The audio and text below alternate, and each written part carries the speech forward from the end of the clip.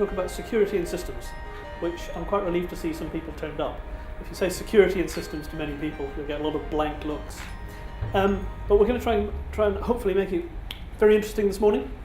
It's actually an area which I think is fascinating. You don't need to get very far into security to realise it's subtle, complicated, interesting, and highly technical. This morning we're going to be talking about security more from the perspective of why you need to do it and what you need to do to be effective at security, rather than going into lots of details about cryptanalysis and public-private key and attacks on systems and cross-site scripting attacks and SSL and those kind of things. We'll touch on those, but I suspect you probably know quite a lot about those already, and that's why you're here. Or if you don't, I'm pretty certain you can find the answers with Google as easily as I can. But there's a lot of stuff about security from the security community which isn't so widely understood, and that's what we're going to talk about. And in particular, by the end, you're going to know who Alice and Bob are. Who knows who Alice and Bob are? A few of you, yeah. Everyone will know who Alice and Bob are. That's a very important detail by the time you get to the end. So, introduction. Security is a difficult thing to get right, but it's getting quite important. Years ago, systems weren't connected. Does anyone know in the US classified community how to make one of the things that they feel is important to make a system entirely secure? Disconnect it from the network. Seriously, that used to be a criteria for the highest degree of security in the US classified community. You had to disconnect it from the network. And now everything's connected to the network, so security gets a lot harder. And when I've worked with teams to talk about security, in very many cases, people start talking to me about technologies. So I ask them, what sort of security do you need and how are you achieving it? And they start talking to me about SSL and cross-site scripting attacks. Or they tell me they've got FX cop and they've looked under the security tab to find out what warnings they've got. Or in large corporations, they sigh and they go, look, we've run the Fortify scan, what more do you want from us? We've been bled dry already. We're bored with this. And actually, none of those things are really security. They're all just technologies. Because this is the wrong way round. If you talk to a security engineer, and how many of you would consider yourselves from a security background? How many of you have worked in a security group or for a secure systems firm? One or two. And so you'll hopefully back me up to say the security community views that as entirely the wrong way round. Actually, you need to start with what your security requirements are, which of course sounds familiar in software development, thinking about requirements first, and in particular, what threats you think your systems might face in security terms, before you even need to start thinking about the fact that there are security technologies. They're what the security folks call mitigations. They're not primary part of security. And in this talk, we're going to talk about security as a risk-based discipline. And that's very, very key to the security community. It's all about what risks you face, rather than about what technologies you've applied. Although they are interested in the technologies too. The caveat is, I'm not a security engineer, although I sometimes bluff my way through large organizations as someone who can masquerade as one. I have worked in a secure systems environment. I worked for a company that did digital rights management.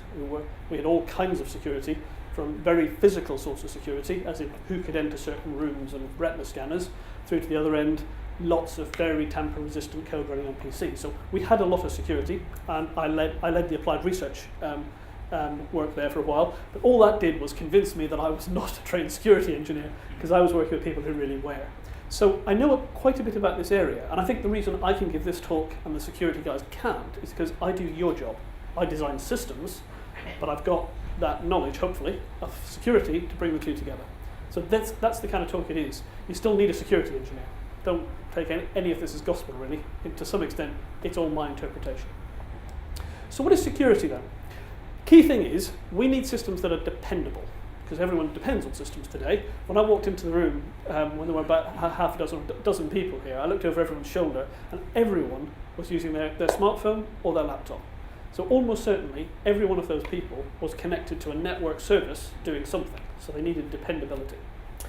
And the problem is that the world is full of malicious people, lots of people who make mistakes, and lots of people who are just a bit unlucky. How many of you have had a production incident at your firm where afterwards, in the post-mortem, you went, we were just a bit unlucky? The rest of you are lying. Everyone's had one of those, because actually people are a bit unlucky, and sometimes factors come together in a way that, frankly, no one would have predicted. There was an outage at a large Swiss bank some time ago where it took a clearing system out for a number of hours. It really was unlucky, the combination of circumstances. But that doesn't mean that we can't do things from the security perspective to mitigate against that. One of the obvious things we do to avoid bad luck in production? Separation of duties, so that developers aren't unlucky when they log on to production systems, for example. And why do we need security? Well, in a perfect world, we don't. People don't make mistakes, people aren't malicious, nobody does anything nasty to each other.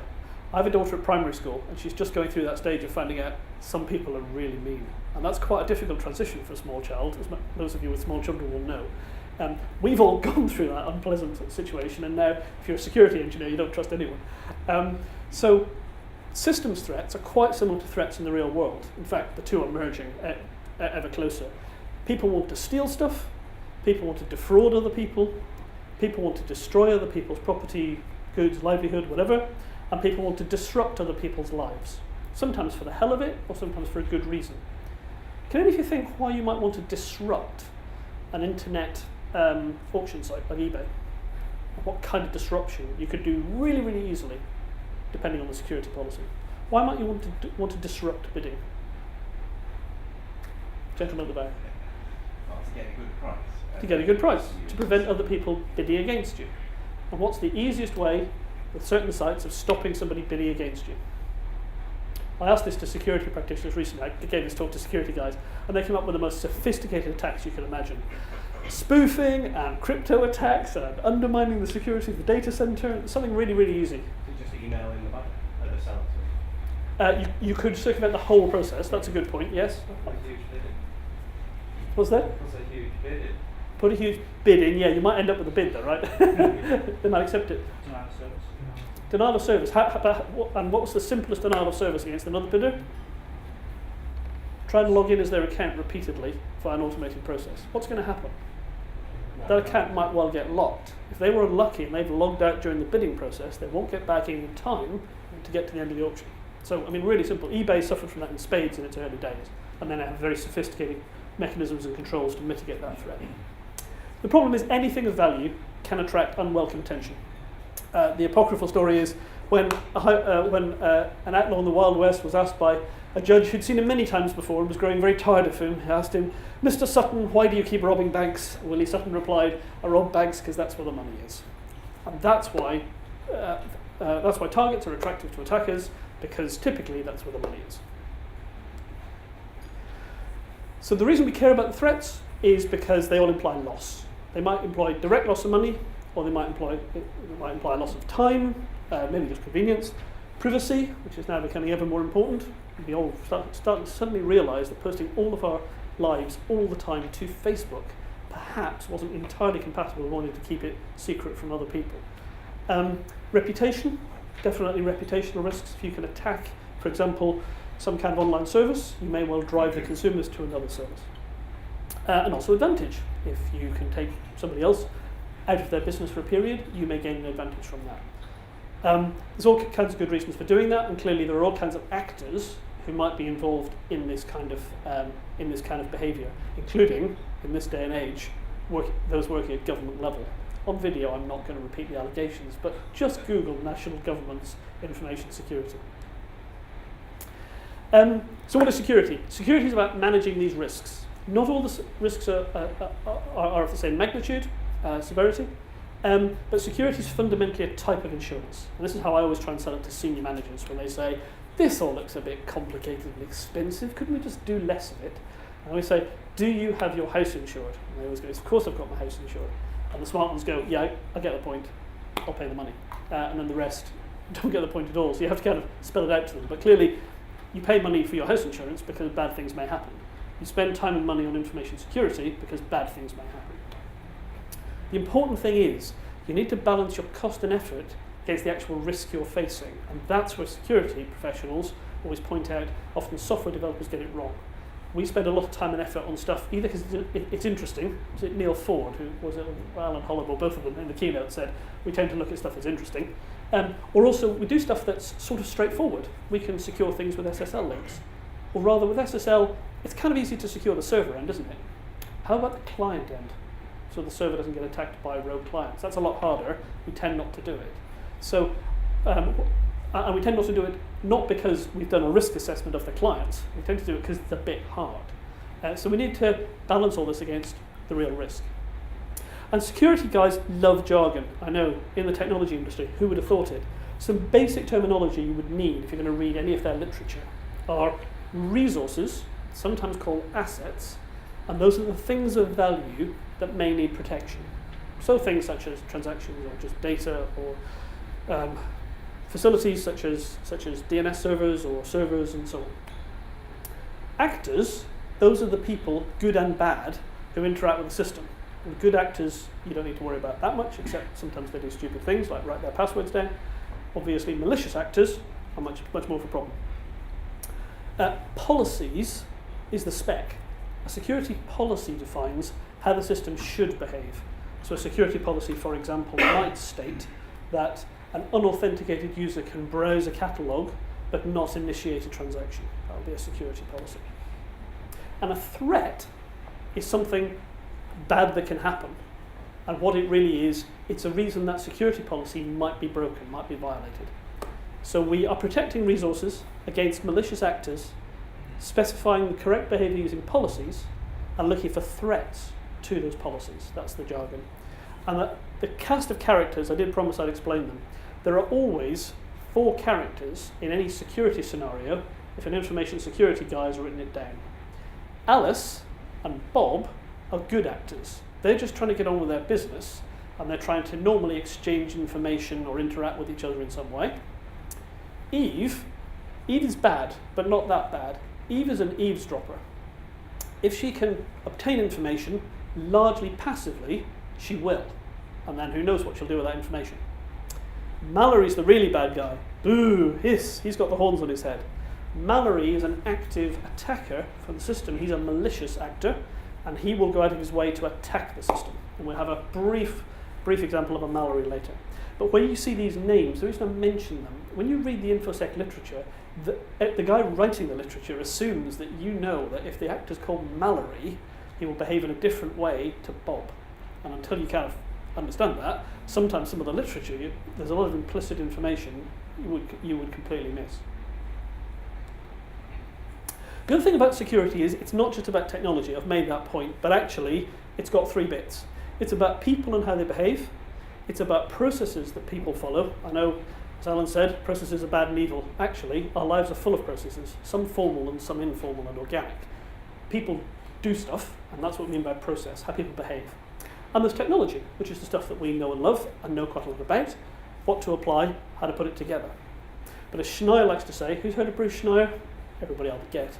Best. He must be the highest profile guy in information security. Google him. He's a man never found without an opinion. His great saying, which is very, very true, is security is not a product, it's a process. It's not coincidental he was selling security services at that time, and so therefore on an ongoing basis wished you to buy his services. But he is actually perfectly correct. You don't do it once and then you're secure. It's an ongoing process.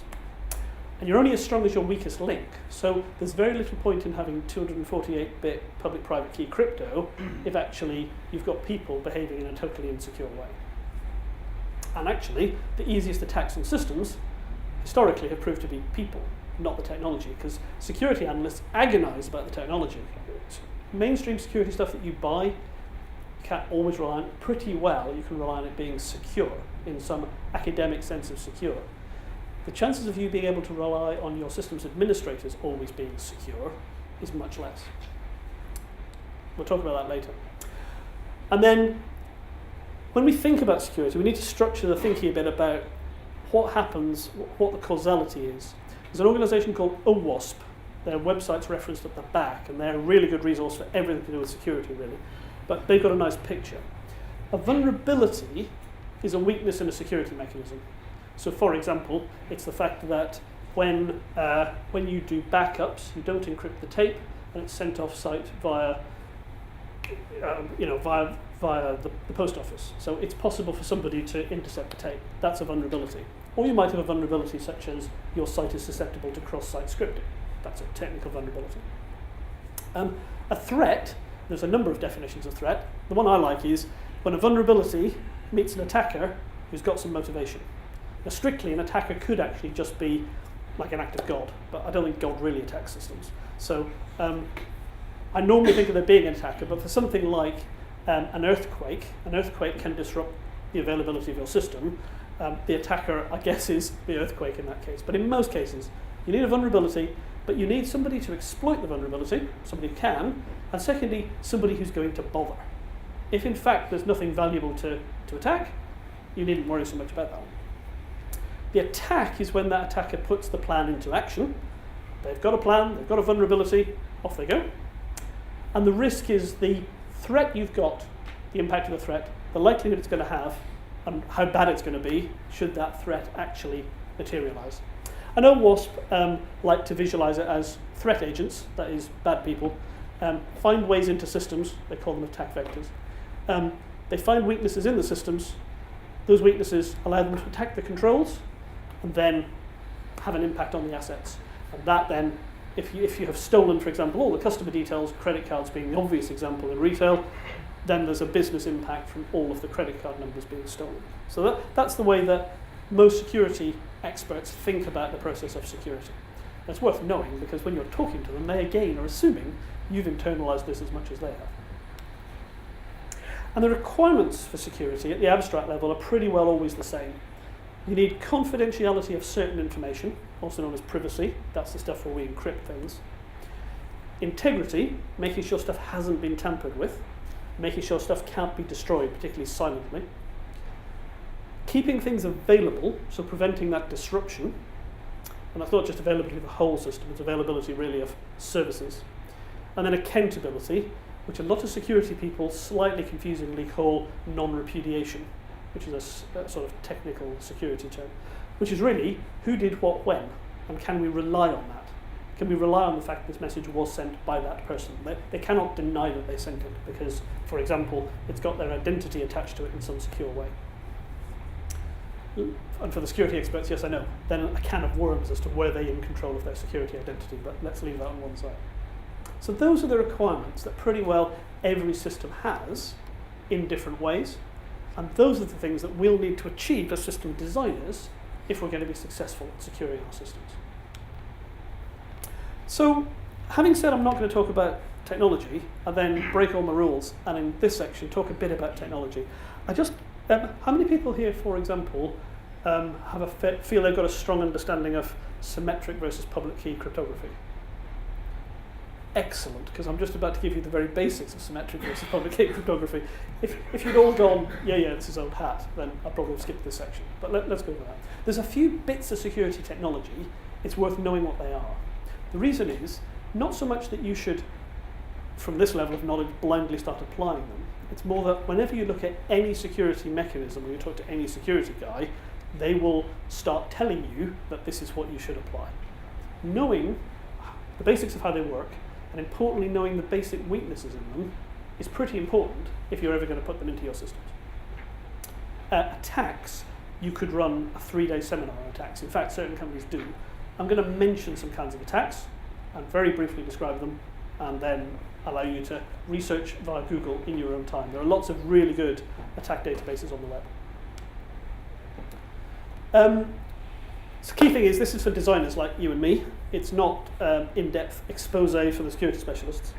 It is worth noting that some of these mechanisms are quite hard to understand. In particular, the mathematics, I'm not going to go into because I don't understand it. I would just embarrass myself. The people who really like this sort of thing are security engineers, and I'm just giving you an overview. You can find out a lot more in some references I'll give you at the end, and obviously via the big World Wide Web. There's an awful lot of good security information on the web. The key thing is start at a trusted site, Basic Security 101, and navigate from there, because there's also a lot of rubbish about security on the web. If you type OpenSSL into the web, you will find a tremendous amount of misinformation about OpenSSL, as well as solid information. So that's worth bearing in mind. So remember we said we had some security requirements. For each of those requirements, what are the basic mechanisms that we might use? I realise the text is slightly small, but the slides are on the web too. So first requirement is authentication. Authentication is the process of saying, who are you? So the classic way of checking if somebody is who they say they are is what? A username and a password. You do it every morning when you connect to your desktops. And that's fine, as long as the passwords are strong and not stolen and not written on post-it notes and all of those caveats. There are stronger ways you can do it as well, such as two-factor authentication. Many people here got a secure ID. That's a two-factor. Your bank has probably sent you a two-factor device in the last 12, 24 months. They've become very popular in banking. I assume that some insurer or reinsurer has started demanding them because they're very expensive for banks to run. So two-factor authentication has suddenly started to become a little bit more common. The buzzword there is something you know and something you have. So it's quite hard to replicate both of those, especially if you're an Eve type attacker. You're unlikely to end up with both of those. You would probably need to be a malware. Biometrics. Fair to say I think that biometrics was the great white hope 3-4 years ago. It seems to have quietened down a lot. I think large companies took one look at iris scanners and went, you're kidding me. They are used on data centers. Do some of your data centers have biometrics? Large bank data centers, I'm told, I'm not allowed near them because I'm not operations. I'm told big bank data centers now quite often have some kind of biometric. And of course, Apple are popularizing biometrics with thumbprints on high devices. And also certificates, which again, 20 years ago, 15 maybe, seemed like the obvious answer.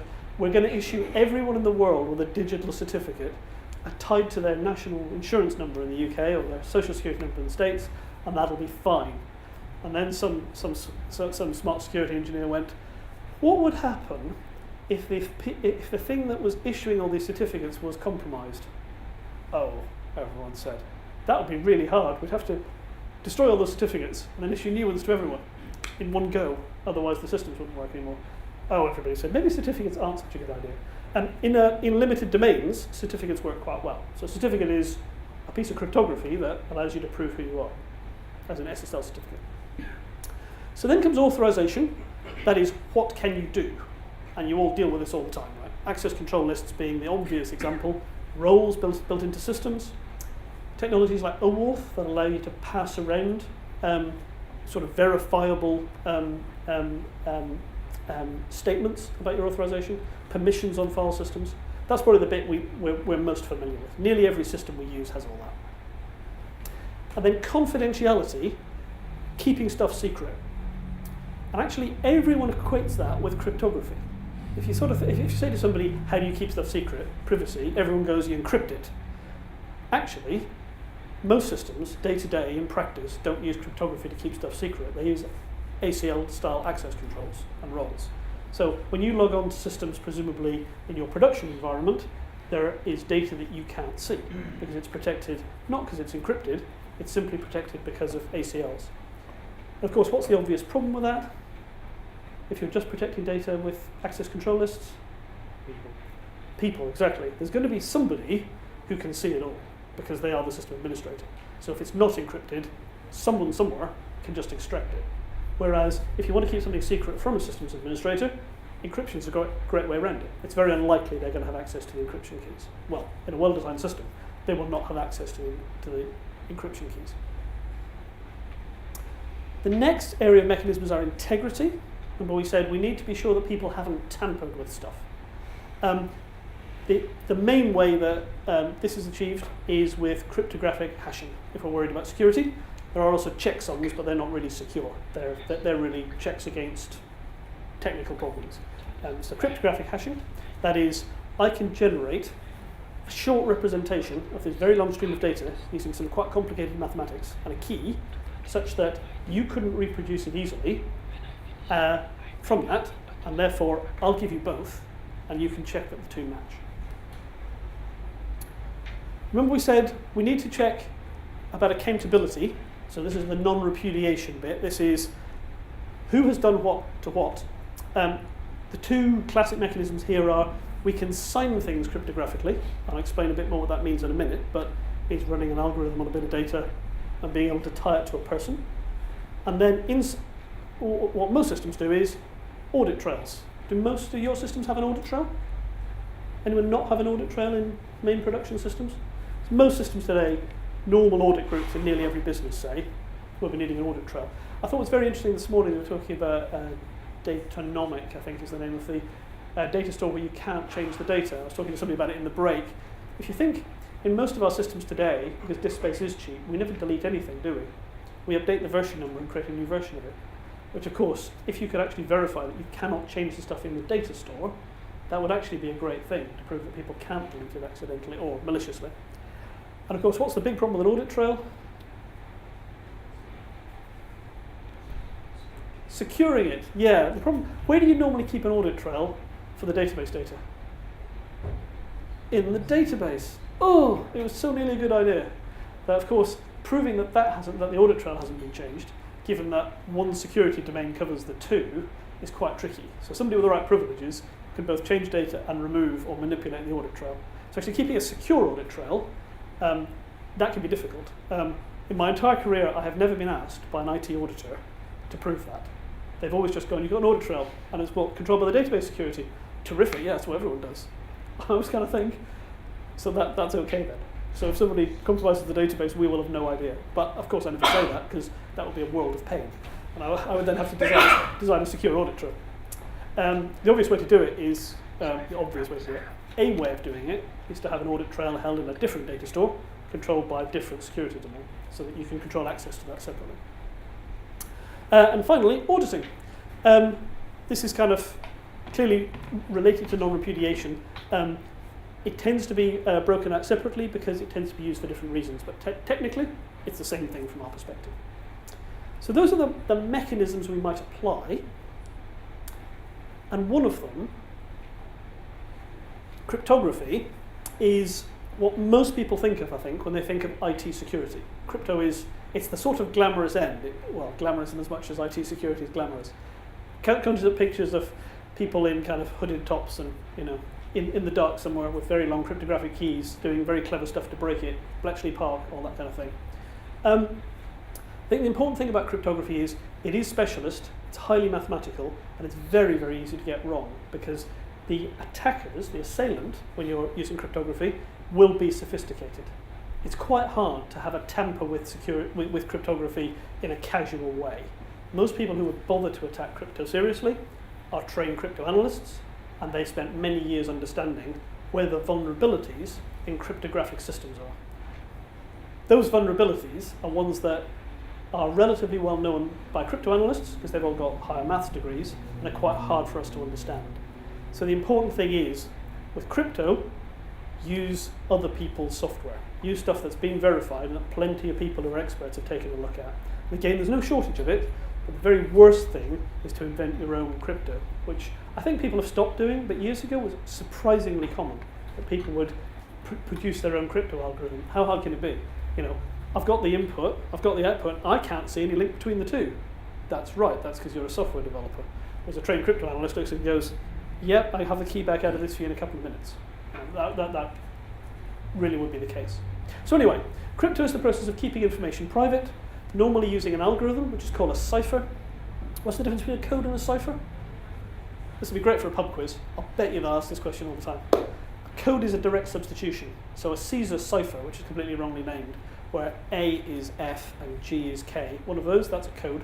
A cipher is an algorithm that completely changes the information using an external key.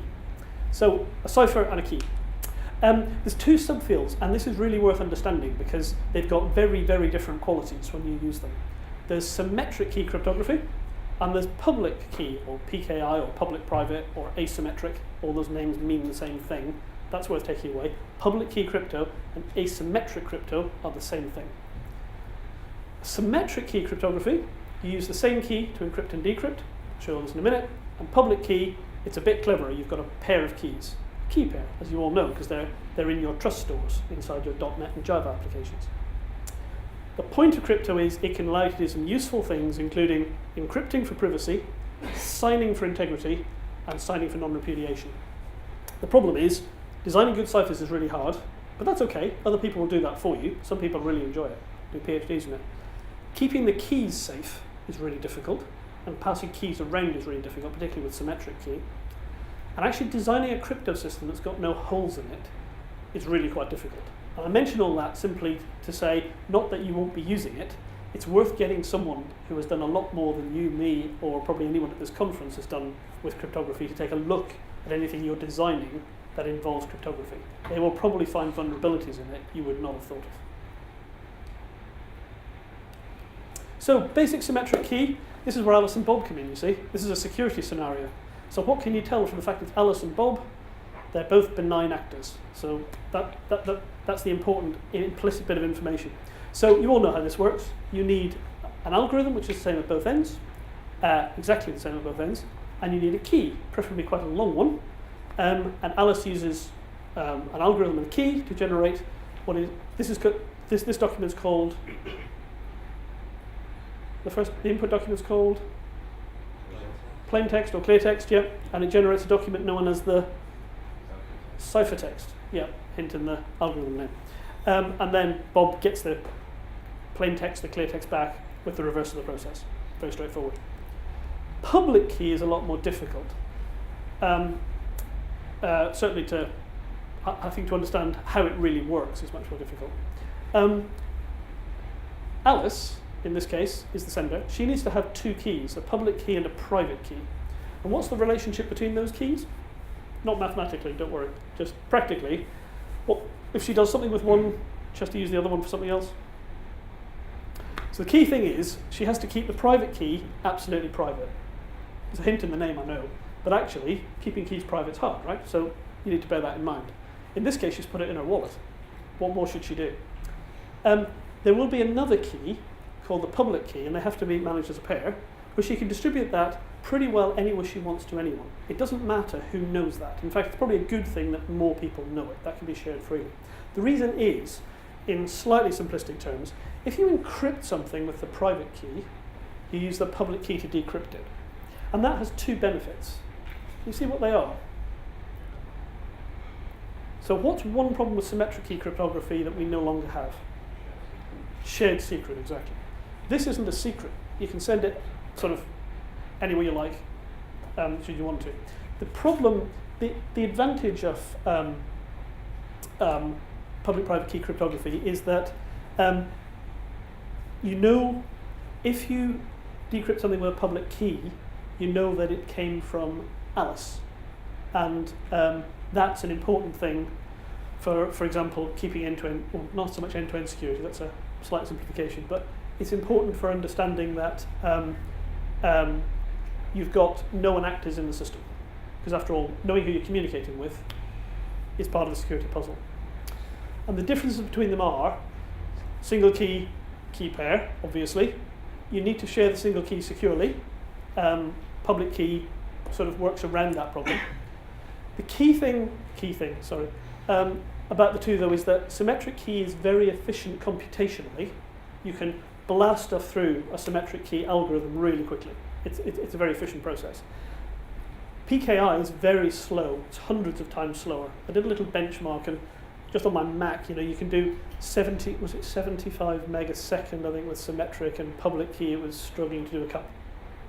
So hundreds of K a second. I mean, it's that sort of order of magnitude, because they're completely different problems that it's solving. They have different classic attacks, and in particular, public key, the problem is people forge keys, and if they forge keys and you can't tell that, then you may not know who you're communicating with. And in symmetric key, you've got the problem of how do you pass keys around. In public key cryptography, the big challenge is how do you know that you can trust the whole system. In practice, people use the two together. The reason is because of those different qualities. You really want to do all of your encryption and decryption using symmetric key cryptography, but how do you solve that business of passing the key around? Well, you could use PKI to pass a key around. So this is a little bit like how SSL works. SSL actually uses something called the Diffie-Hellman key exchange, which is slightly more complicated, but it's sort of similar. Is that the client kind of connects to the server and says, shall we do business? The server says, yeah, let's do business. Here's the kind of ways I can communicate. And then it says, here's my public key. And then the client says, oh, right, well, I'll generate a key, encrypt it with your public key, and send it back to you. So only you can decrypt that, because you've got the private key. And now both sides have a private key, so therefore you've shared a secret. And now you've shared a secret, symmetric key cryptography works really well, so we can exchange data encrypted with the symmetric key. And so that's, in essence, how protocols like SSL work. you combine the privacy side of PKI with the efficiency of a symmetric key protocol, which really, in practice is the best. I think it's fair to say that's the best approach people have today for working with cryptography in practical terms. The other things just to mention are hashing and signing. A hash is a short form of a much longer piece of data. I'll really leave you to go and read Wikipedia. There's a very nice definition of it, partly because you're all drifting off because I've talked about crypto for too long, but which I promised myself I wouldn't. The important thing is there are algorithms that can take a long piece of data and produce effectively a summary of it, such that you won't get many collisions. As in won't get many, as in won't be many between now and the end of the universe kind of timescale. Very, very few collisions. That's the hash. So that says the contents of this document can be summarized as this. And if you change any bits in this document, something in that hash is going to change. What Alice can do is that Alice can sign, as in encrypt, that hash with her private key, and then send it to someone with the document. They can use her public key to verify that hash, as in unencrypt it and redo the hashing process, and then go, oh yeah, that must be the document you sent, because this summary that you generated off the original document is the same as the summary I've got for the same document. I also know it's you because I'm decrypting with your public key, therefore it must have been encrypted with your private key. That's how the system works. So as long as your private key is still private, we're laughing. I know it came from you, and I know that nobody's tampered with it in the middle. So there hasn't been a Mallory in the middle. So the question is, what can go wrong then? As I said, I can't do everything that can go wrong in this session, and it's kind of probably a different kind of session anyway. But just to mention the kind of things that can go wrong, I'm not really trying to scare you. Just type security attacks into Google, read for half an hour, you'll be quite scared enough.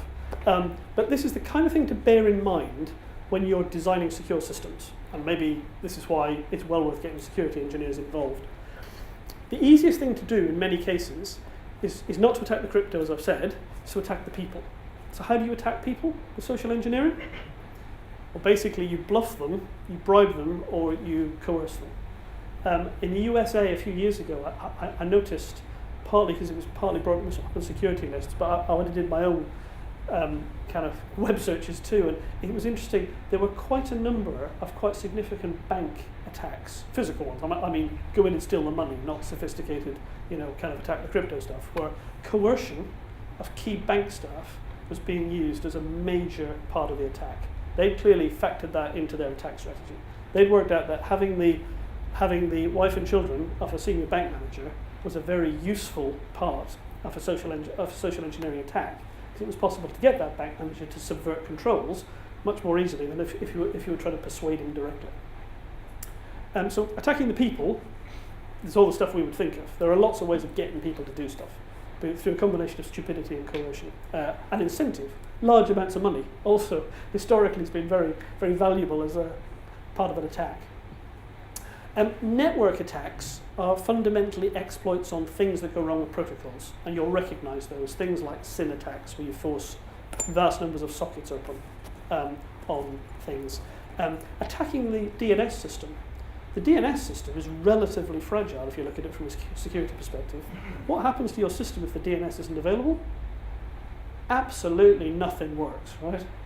I have been in an organization where we lost DNS for only 30 minutes maybe. Unfortunately at the start of the day, worst time to lose it, all the same. And this was a hard and resilient DNS. It had been a vendor software rollout at the weekend. Turns out that when it came under very high load, there was a problem with it. It took 30 minutes to do the failback. And it was amazing in that time. Nothing in the IT environment worked at all, because everything needs DNS to go and look it up. It's a really effective thing to go and attack, which unfortunately, as we know from recent security write-ups, now the root DNS servers do come under attack. I mean, people have figured this out. Distributed denial of service, a couple of you mentioned. If you can get a whole lot of zombie computers, as they're known, to attack a site together, just do something innocuous, but all do it at the same time, you can create great problems for a site. Application level attacks. Have you all heard of SQL injection, for example? You're trying to get a piece of SQL inserted into a string that's then going to be expanded. I mean, cross-site scripting is kind of a bit like that. Can you insert something in a web page that, again, shouldn't be there? Corrupting input, just to see what will happen, really. Sometimes you can get, for example, in a badly configured web system, at least in the Java world, what happens if you have an internal exception at the back end? Well, you quite often get a 500 error in the browser, don't you? And what's often under the 500 error? Stack trace, yeah. What do you not want to tell an attacker? The internal structure of your software and which third-party libraries you're using, which of course the stack trace is very effective at telling them. So corrupted input attack, can do that very nicely. And then you've got attacks like DLL attacks, where you replace parts of software underneath things, manipulate the LD library path or the path on Windows. And then of course our old friends, common gateway interface and server-side includes, an attacker's paradise really. Don't use them so much anymore, but of course the recent Heartbleed bug, no, not Heartbleed, I'm thinking of the other one, Shell Shock. Sites that were very affected by it absolutely immediately. Anyone spawning a shell, what does CGI do? Usually SSI spawns a shell. So they're great areas for attacking, and there's lots of others. OWASP have got a pretty good list, but there are lots of vulnerability databases. There's then the programming attacks. I think, how many people here work in .NET or Java? And how many people are working in assembler, C, C++, and machine-based language?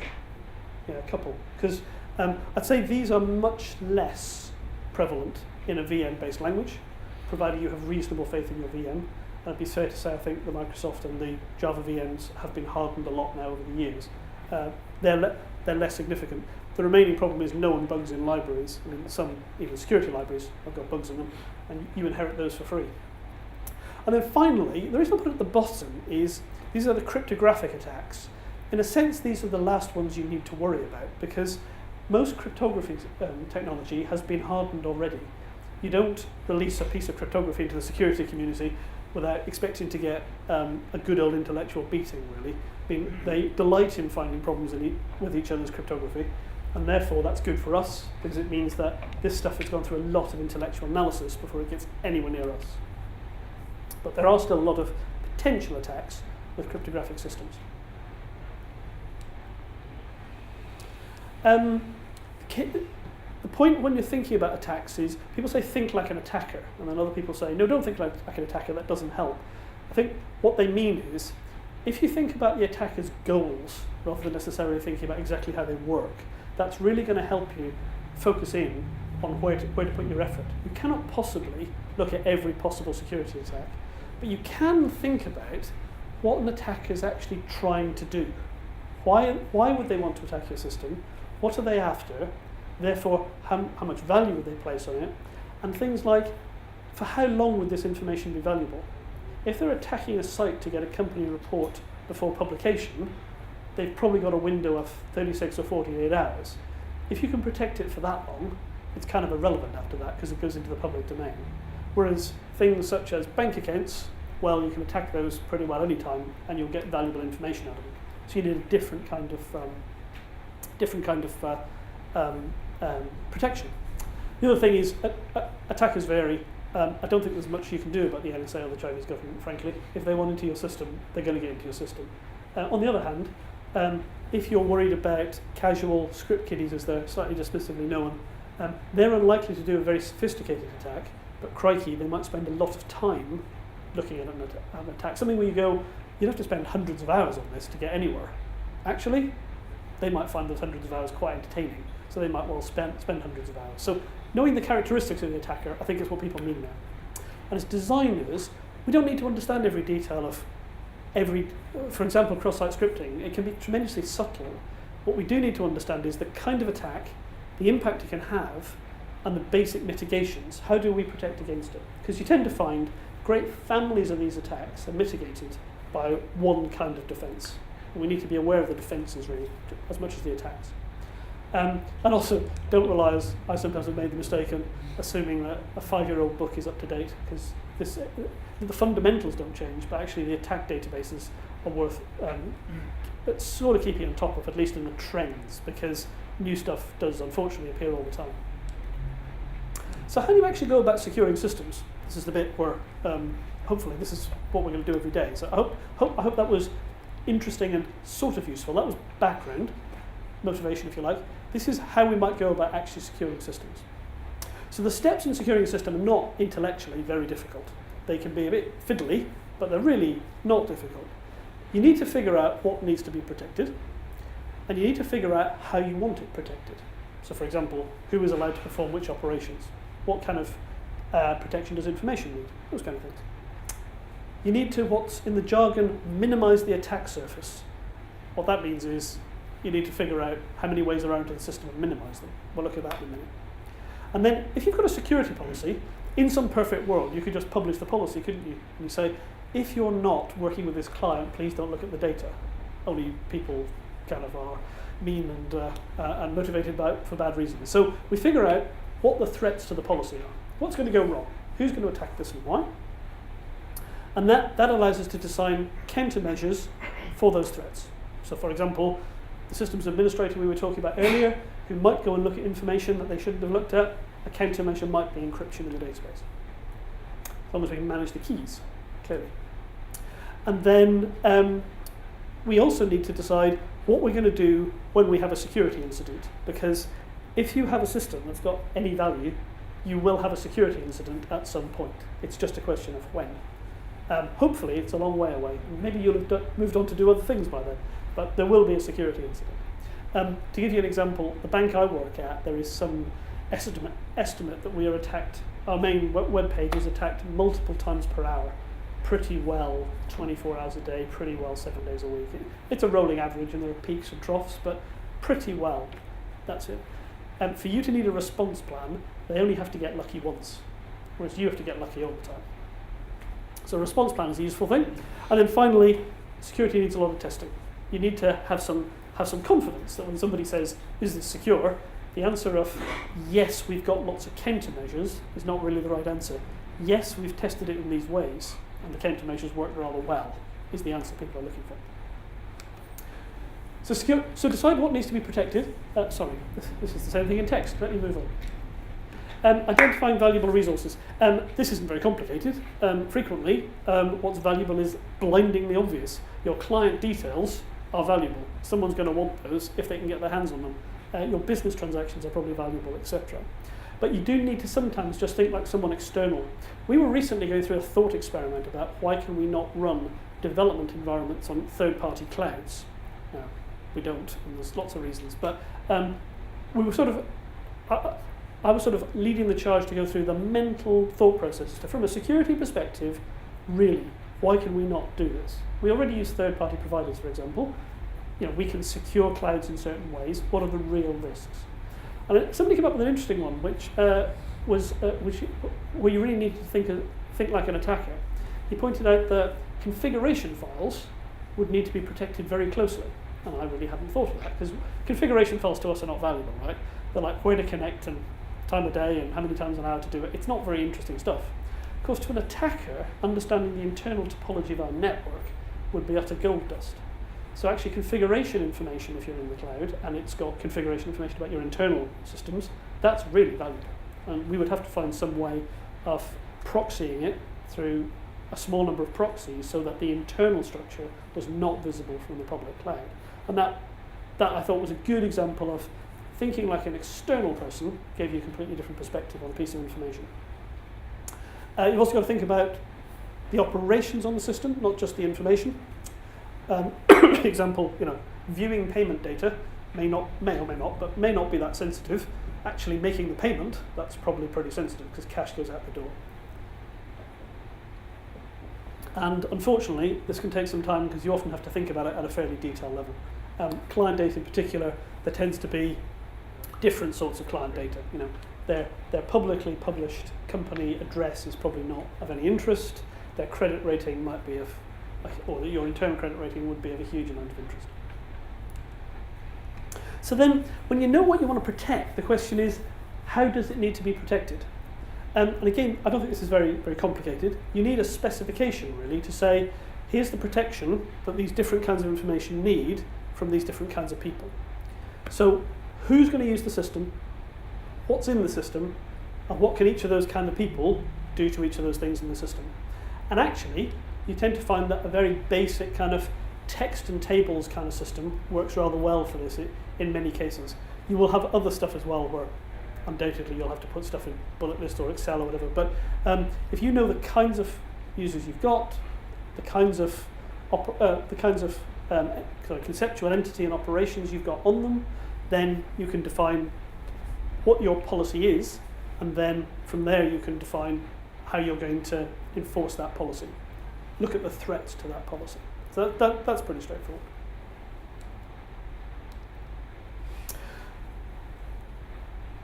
Ideally, we would like to minimize the amount of work that we have to do for security. We'd like to minimize the amount of work full stop, but especially for security. And that's what minimizing the attack surface means. So that's security jargon for what are the possible ways into a system that people could use to get at possible vulnerabilities. Those are your so-called attack vectors. The more ways into a system, the more diversity in its external boundary, the more ways there are in. So if you've got 8 different network interfaces using 4 different protocols, there's a lot more potential there for someone to go and attack than if you've got one and it just uses JSON over HTTP across SSL, and that's that. And the reason for this is obviously twofold. One is if you've got lots of potential, there's lots of possible vulnerabilities, so there's lots of stuff to go and attack, but also there's lots of stuff for you to figure out how to secure it. And that's arguably the bigger problem, is that you're going to have a limited amount of time to do security work. Every bit of this is quite difficult, so a small attack surface means you've got a lot less to do and a lot less stuff to understand and keep on top of. Particularly when it comes to, for example, securing protocols. I mean, knowing that is quite specialist stuff, so it's going to take some time to understand it. OWASP, this organisation, who I will mention more at the end, they define the attack surface, as in the things you need to worry about, as what channels have you got in and out of the system. So file transfers, web requests, messages, stuff like that, stuff coming in and out. The code that secures those channels, so if you've got network handlers, file transfer stuff, message handlers and so on, each one of those can be attacked. So that's the code securing the channels. The data you've got in the application, the stuff that people might actually care about, and then the code that wraps around that in order to keep that safe. So minimizing all that makes your system easier to secure. And what's the obvious problem? If you minimize all this. So you've minimized the number of ways in and out of the system, you've minimized the amount of data, and you've minimized the amount of code. And you've probably minimized what your system can do. And that's kind of the tension, is that a rich system full of features and options and interfaces and all the rest of it has a much bigger attack surface than a little system that doesn't do very much and isn't connected to anything. Hence the kind of principle at the very highest levels of trust and security, disconnect it from the network. Well, that's all very well, but actually if I've disconnected it from the network, now in a modern enterprise no one can use it. So it's a real kind of tension between richness and capability versus security.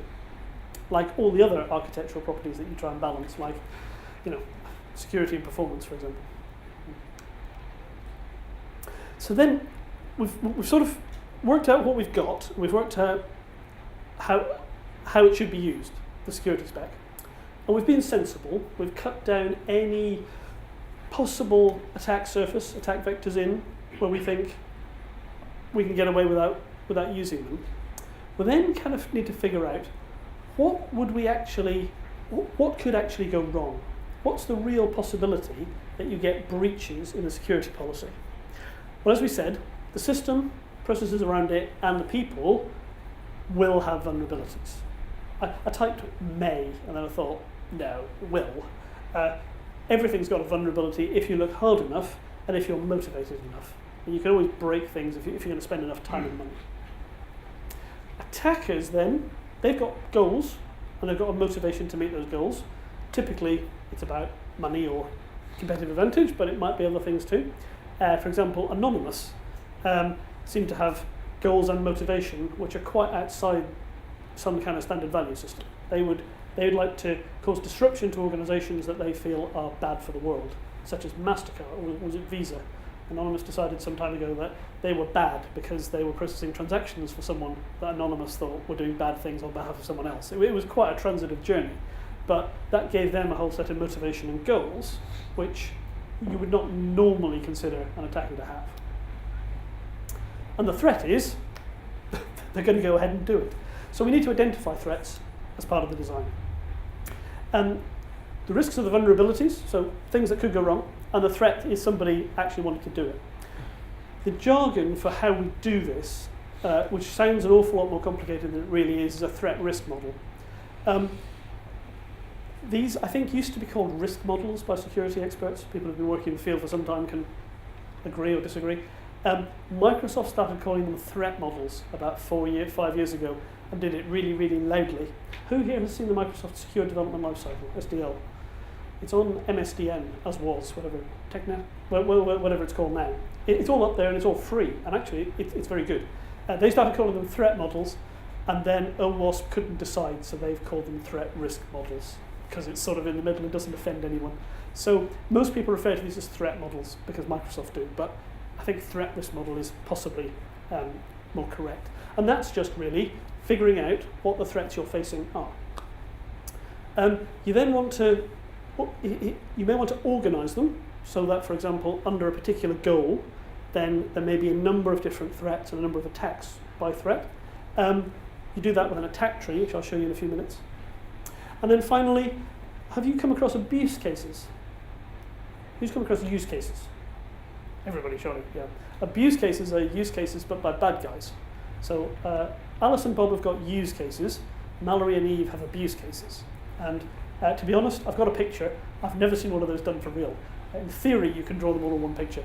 But what is useful is to use the use case kind of structure to figure out what would the attacker actually do? What are the preconditions for the attack? What would they actually do? And what would the post-condition of that attack be? And that's an abuse case. Someone doing something to your system they shouldn't be doing.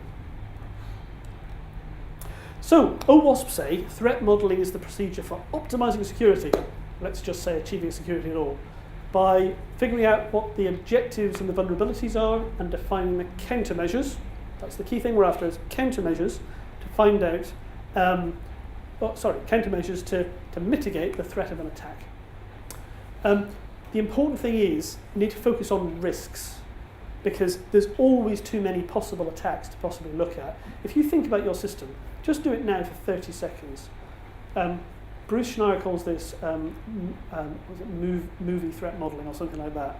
Just think about an outlandish attack from one of the James Bond kind of movies or some other movie. What could someone do? Well, they could tunnel under a data center and up through the floor, and then they could disable the alarm system and then bribe the guards and then disconnect the network connections and then put their own network patch in and then go back out and fill in the hole, and then there's always a threat you can think of that, frankly, it's probably not going to happen and you can't possibly mitigate. Even closer to home, it's perfectly possible to think about more threats than you can possibly do anything with. If you focus on things that really might happen and things that have high impact, that will help you to A, sleep at night, and B, get something done in the time you've got. And when you're looking for risks, Microsoft, as part of that SDL, have come up with a useful little model called STRIDE. They say that you can find a lot of threats. If you think about spoofing, somebody pretending to be something they're not, tampering, people changing with things they shouldn't be able to change, repudiation, people pretending that things haven't happened or undoing the past, information disclosure, either through humans or processes or people circumventing security and all that, intercepting things on the wire, those kind of things, denial of service, so taking systems or services out of operation by some kind of attack, and finally, elevation of privilege, which is any situation where somebody shouldn't have a privilege and they've managed to get hold of it. So an example there, can anyone think of an elevation privilege attack? Simple one, quickly, for web apps. In a naive web app, you probably pass a token backwards and forwards, don't you, between the browser and the back end to figure out who somebody is and what privileges they have. So if somebody can intercept somebody else's token off the wire and then replay, or not replay so much, but do another request with the same token in the headers, what's your software going to do? It's probably going to say, that's Bob, and Bob's got these privileges, and then it's going to give that attacker those privileges. Possibly as Bob or possibly as not, depending how your system works. But that's a sort of classic Security 101 elevation of privilege attack on a web app. And it sounds difficult until you actually go on a security course, and a real security expert shows you how easy that is to do with quite a small amount of custom software. Remember, attackers have a lot of custom software. It's not very hard to intercept something and then inject it quickly, within seconds, into another request. Because you think about it, the protocols are all very open. They're all very standard. They're based on text. You know the way that inside Chrome you've got the debugger? You can manipulate things and resubmit. Just keep thinking down that line. You see, you don't need a lot of software to attack a web app quite quickly. So threat risk modeling is about who might attack your system, what they're trying to get, and therefore what vulnerabilities might they find that would allow them to get to that goal. I told you Mallory would make an appearance. He finally has, and he's got a cartoon persona to show you he's a bad guy. Sadly, the real ones don't. So Alice is trying to send a symmetrically encrypted document to Bob, and so they need to do a key exchange. The attacker is an opportunist insider. Their goal is to find a secret document, and the vulnerability is to find the key somehow in transit between Alice and Bob.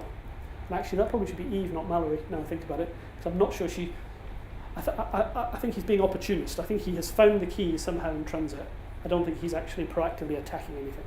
So Mallory or Eve attacks it by somehow getting hold of the key and decrypting the document. That clearly is a trivial attack, but that's the kind of structure that we think about for an attack.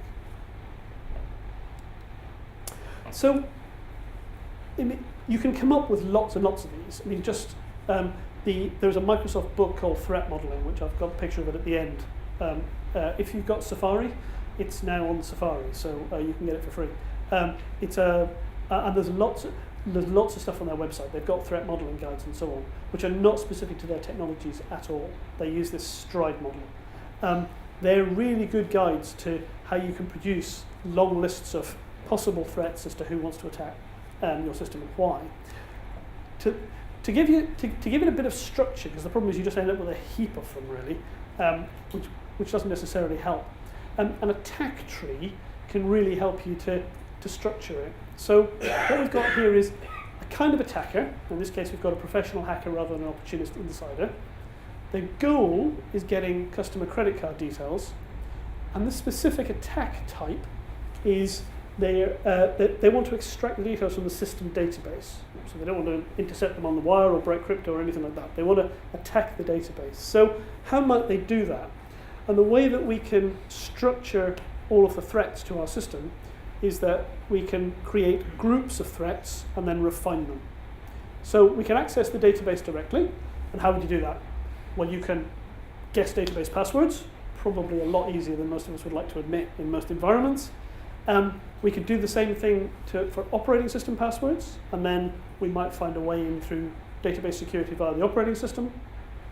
Or, if we know the database, we could find a known vulnerability in the database software. We could just get the details via the DBAs. So we could just do a social engineering attack, we could bribe them, we could subvert a DBA account, a whole lot of other possible attacks under there, and so we can go on. The important thing about this is it gives you a nice structure to think about how are these things all related to each other.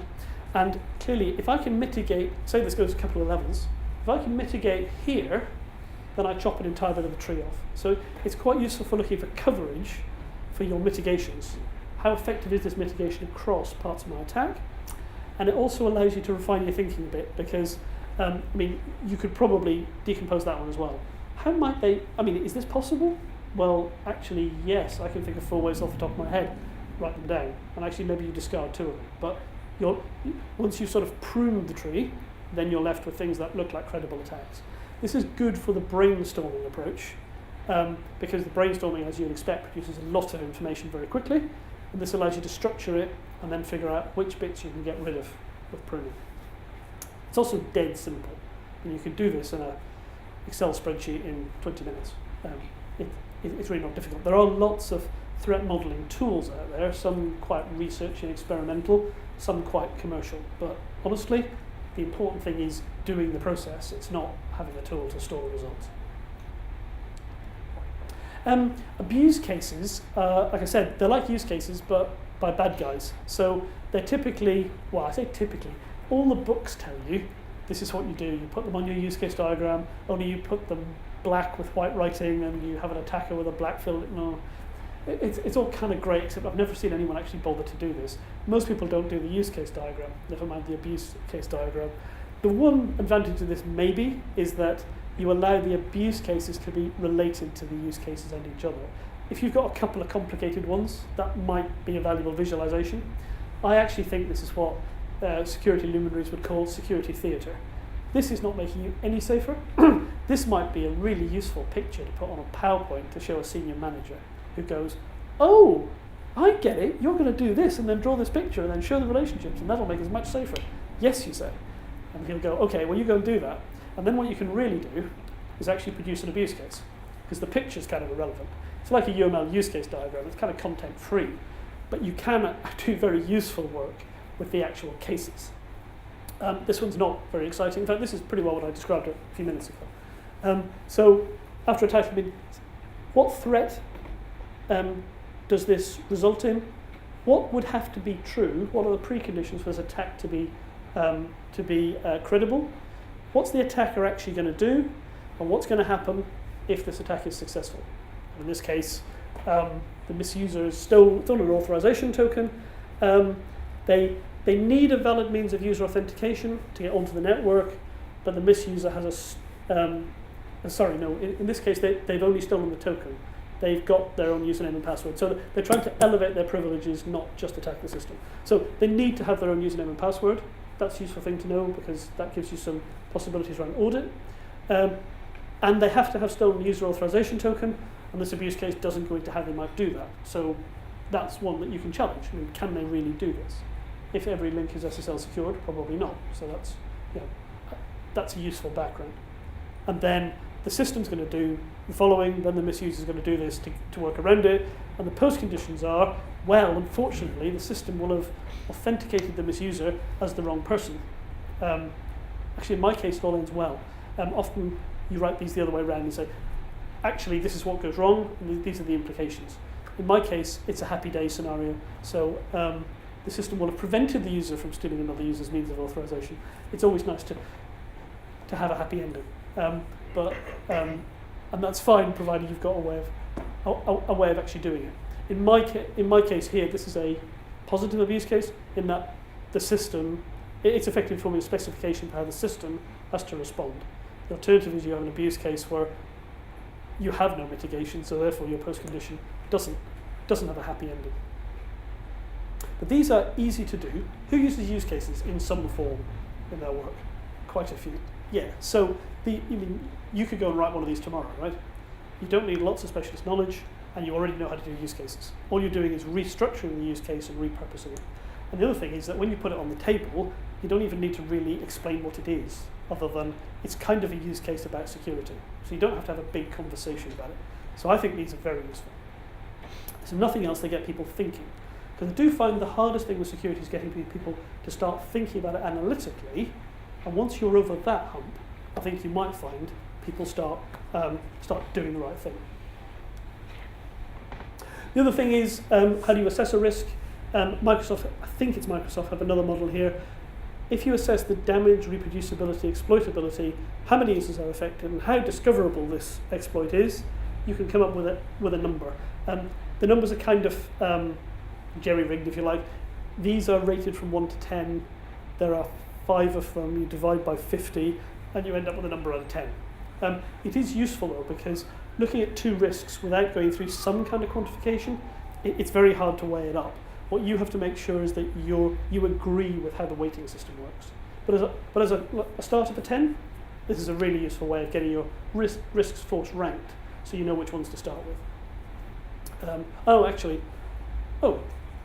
That's the wrong URL, but clearly it was on the OWASP site. But if you type dread risk model into Google, I'm quite certain it will find it for you. It'll probably be beside Stride, actually, because that's very widely used too. And then once you know what the risks are, you can design mitigations. I mean, some of them you can design mitigations right now today because you understand the problem, you understand the solution, you just get on with it. Others, such as complicated network attacks, that's where I think you need to go and find some specialists. Get some help of people who know more about it than you or I. The other thing is that, as I mentioned, you are going to have a security problem at some point. The worst case is that you have a security problem and you don't know what to do next. And it's a bit like, I'm guessing that most of your firms have a disaster recovery plan or BCP plan, which I'm sure you practice all the time, so that you know exactly how to fail to BCP should the worst happen. This is no different. This is kind of a disaster too. It's a security disaster. So you need to know what you're going to do, and you need to have a group of people who know how to do it. Because this is the other thing, people write it down kind of in a room, and it's all on a whiteboard, and goes, yeah, that would be fine, thinking, I will be on holiday, but by all means, you guys crack on with it. But actually, you need to have some people who've actually gone through it themselves, so they know what to do, and they're not thinking about the process. And it's not just ops and software development. You're going to need technical input, lots of it, but you're also going to need executive level management input, because this is about to affect their share options quite badly. And you probably need legal, because you need to understand what your legal constraints are and what legal obligations you have to other parties when the breach has occurred. And my goodness, if you're a mid-sized to large company, you're going to need some PR. So you're going to need your communications people involved from day one. Getting those two groups to take this seriously actually can, in some cases, be quite difficult. I think in banking, telecoms, pharma, those industries have been through this. They take it very seriously as of today. In other industries, there is an element of, this is basically an IT problem, why are you asking me? Whereas actually, when it becomes an IT problem, it's suddenly a business problem. And practice. That's the testing. Secure implementation. Clearly, if you've got a good security design and you've got lots of bugs in the implementation, that doesn't really move you very, very far forward. Really secure implementation, as in verified implementation, is pretty specialist. But the way to get support with it is, of course, to get expertise, and that's great if you've got people around who can help you. But there are a lot of code review guidelines, secure coding guidelines, and now lots of tools which are very reliable, which will flag up potential problems in your software. Some of them are open source, some are freely given away, some are commercial. But there's sort of no excuse really. If you're worried about secure systems, there's no excuse today not to be using some automated scanning tools to make sure that the implementation is at least basically secure. And similarly, when you come to testing and verification, there's a very wide range of things you can do, many of them done by quite specialist people. You're unlikely to run your own penetration or fuzz testing, I would guess. Fuzz testing is throwing crafted and uncrafted data at a system to see what happens. However, you can do functional testing of security features, you can do your own static analysis, you can do a security review.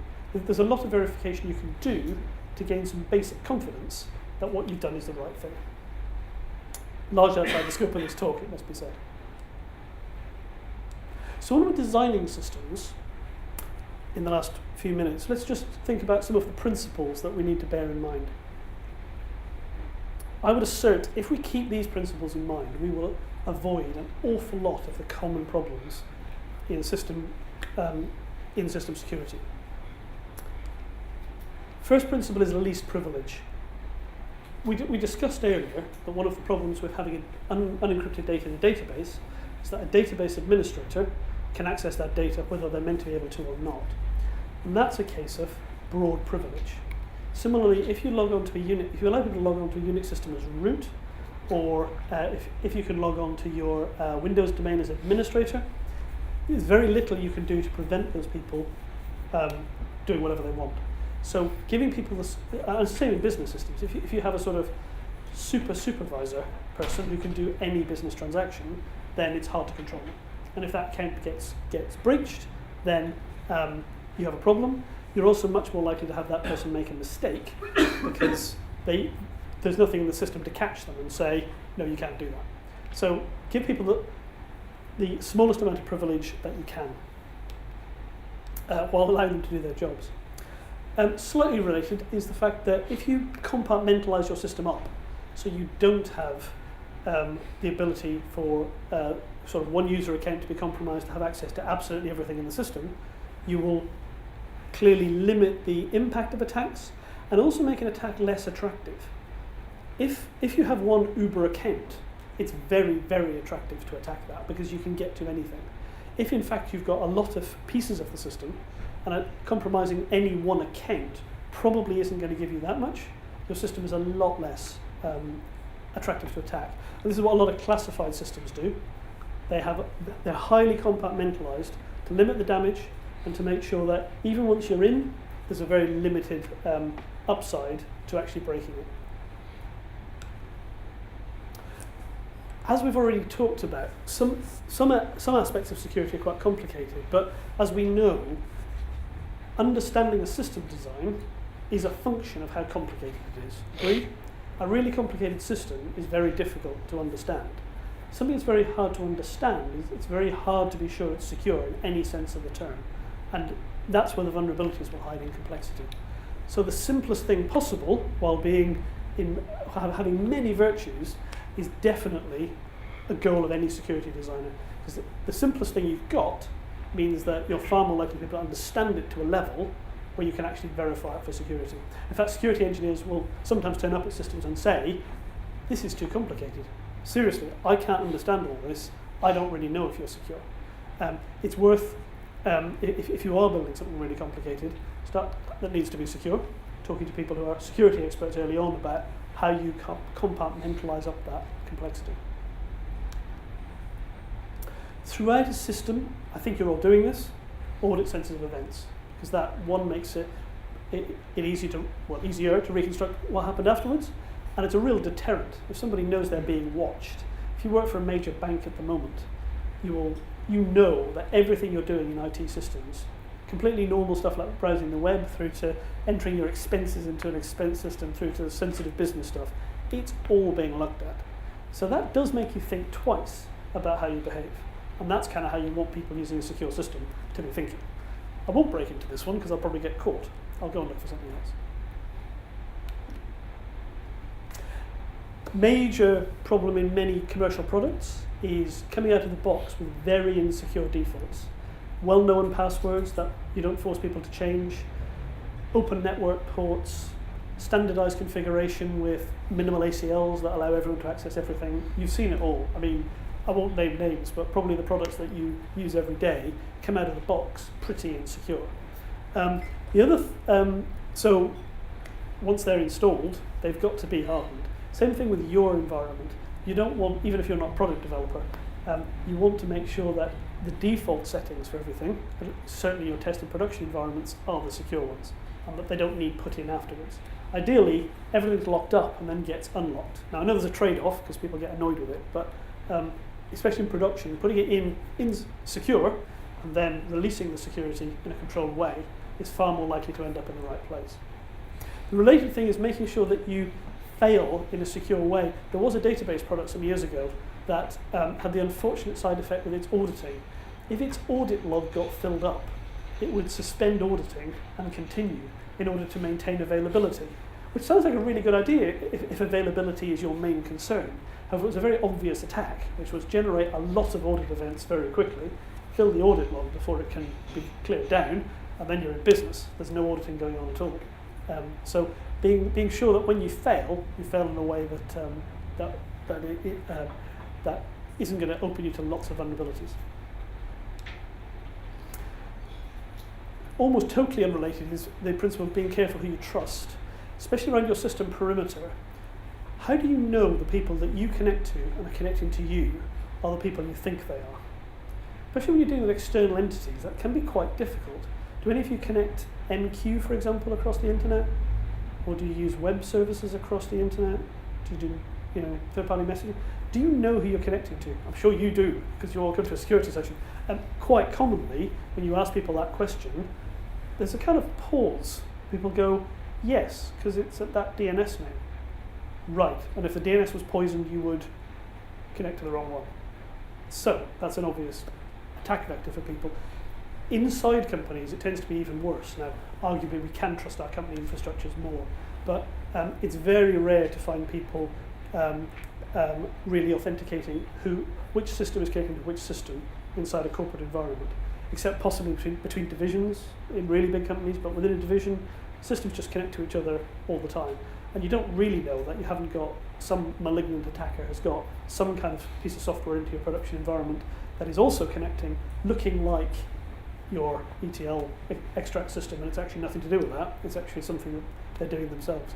Think how secure the passwords for your production file transfer accounts are. Just think now where they are. Are they entirely secure? Could developers definitely not know what they are?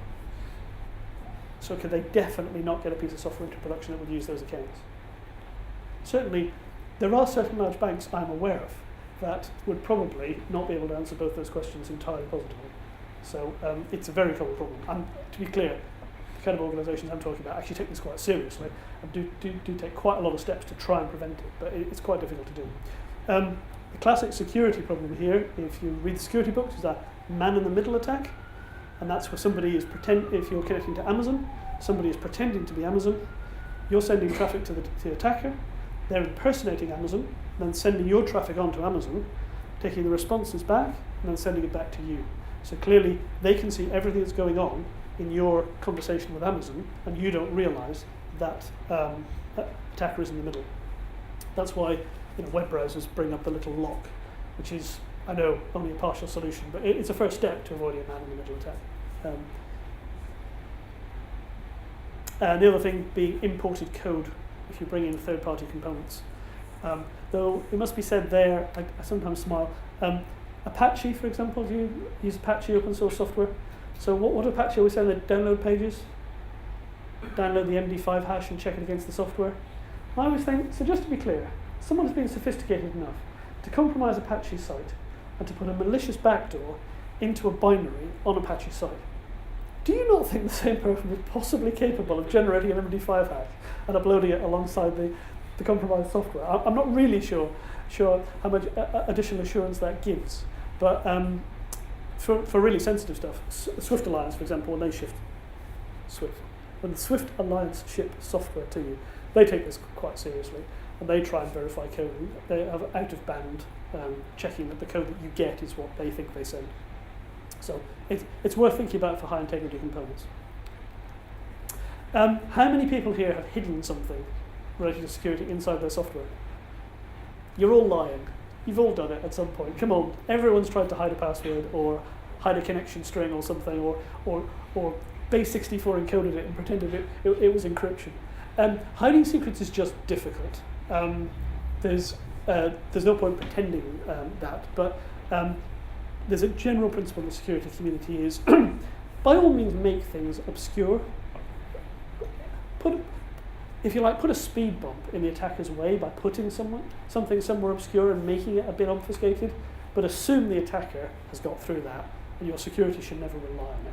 So it doesn't do any harm, but actually for a sophisticated attacker, it probably doesn't do a lot of good, because a lot of these guys have either the time on their hands or the sophistication of attack tools that just cut straight through obscurity. Sadly. And then I think the last principle, defense in depth, which is you've got many layers in your systems. That's the way we build systems. So make sure that you've got many layers in your security and you secure the different layers. For example, in a classical web-based system, you secure the service running on the server, you secure the database running on the database, you secure the table, and perhaps you encrypt a particular column, because the database might give you that facility. That means if that column is really important to you, someone here coming in from outside is going to have to go through a lot of levels of security. That's a good thing. But it also means that if somebody managed to circumvent the system in some way and attack it through a different attack vector, there is still some level of security. And this is quite common, actually, to find the security here and nearly nothing behind it. So if somebody goes behind this into the database, there's one login, it's got access to everything, it's not even a very secure password, there's no certificates or anything, no auditing, and even here, if you can break your way past that, then actually there's not a lot to stop you. Also, the failing securely thing is sort of here. If the protection in this layer is down or malfunctioning, then does it actually allow connections via some clever workaround to actually get into that network listener? Make sure that it doesn't, is obviously the answer. I say that as if that's easy. I'm not saying any of this is easy, but that's what you need to be achieving. So we've looked at improving system security, and we haven't actually talked a lot about security technology. I think you'll probably agree. We've introduced a couple of ideas in it. By all means, go and have a look in the books, have a look in Wikipedia is a perfectly good resource actually for lots of this. Gives good introductory stuff. But actually, we need to be thinking about risks and design principles because we're system designers, not security specialists. Because if we don't secure the people, the process, and the technology, then we will have holes in our system. And it's the weakest of those three is actually going to be your vulnerability. So given that people are very malleable, you might want to start there. You need to do all three, but let's not assume that by using sophisticated security products, we're going to end up with a secure system. Because we need to design it in. It's very hard, some of you may have tried this, it's very hard to increase the security assurance level of a system once it's been built. You end up almost rebuilding the system because there are so many assumptions tend to be baked into it that are hard to secure later. It's just very hard to do. So we need to be guided by a set of risks and the threats that the bad things that may happen to us, rather than being driven by a sort of tech perspective of here's the palette of security technologies, I'll plug those in. Stride and dread are really good ways of finding vulnerabilities, and once you've got them, thinking about which ones are the most important, force ranking them to focus your attention. And if you need a really secure system, do get experts involved, not people like me that kind of bluff it. People make entire careers at doing information security, and they're not always the easiest people to deal with, to be perfectly frank, because they're specialists in their domain. They're often very uncompromising about how they want things done. But if you learn enough about security at this level, you'll be really well equipped to have a two-way conversation with them about the real risks your system faces, and also the strengths and weaknesses, which they don't always discuss, of the solutions that they're trying to potentially foist on you, dare I say it. Never stop asking why. Why am I doing this? Is it useful? And never stop asking, what if? What if the attacker was cleverer than me? What if this firewall did malfunction? What if this failover failed? It's those kind of questions that lead you to end up with a secure system. The resources to kind of follow up on, should you be interested beyond this, OWASP, I forget what their name is, but they're known as OWASP, but it does stand for something. They started off as a group of guys really as almost as a user community interested in security. It's very web application centric, so it's very much at our level rather than the security experts level. And they run a website full of cookbooks, guides, tutorials. They have a very nice web application called Goat, which is full of security holes. You can download it and they will explain to you how to exploit those holes. That's really eye-opening because they take you through the attack and like you're in moments. You kind of go, oh, I'm not sure I would have seen that in my own system. The first time you do it, it's a real education. Microsoft put a lot of money into security in the last 10 years. Obviously, they kind of had to. They ended up in a place that nobody would envy them being. But their new secure development lifecycle is really very good. It's the customer polished up version of what they've been doing internally to improve the security of their product suite, which I think, to be fair, they've spent a lot of time and effort on. And they've employed some very good people who came from outside, knew a huge amount about security. They have a cute game called Elevation of Privilege, which it's not really about elevation of privilege. It takes you through the stride process for your system. Basically, you draw your system in a sketch, just a sketch on a large piece of paper, put it in the middle of the table. You get system designers and programmers around it, and you have a deck of cards, which you can buy them or you can just print them out. It's all freely available. You deal the cards, and the cards take you through all the different possible or some common things under each of the stride headings, and then you have to make an argument as to whether your system is secure or insecure, and you get points for being secure or insecure. It's kind of fun, but it's one of those serious play games. It's fun to do, but actually it drives out an awful lot of security thinking. Should you not like the Microsoft stuff, Trike, I've not really done this myself, but I saw it referenced in the Microsoft materials as an alternative. Trike is another risk threat modeling approach. And if you want to know just how bad it can be, CWE is MITRE's site that tells you all about holes in software. They run a mailing list, you can get notifications, you can do searches to find out whether you've got everything in for your own systems. CPNI is the Centre for the Protection of National Infrastructure, and it's a fairly recent UK government site that's got absolutely loads of good information. CERT, Security Emergency Response Team, is the US government's, I suppose, version of this. Again, a lot of good information on vulnerabilities.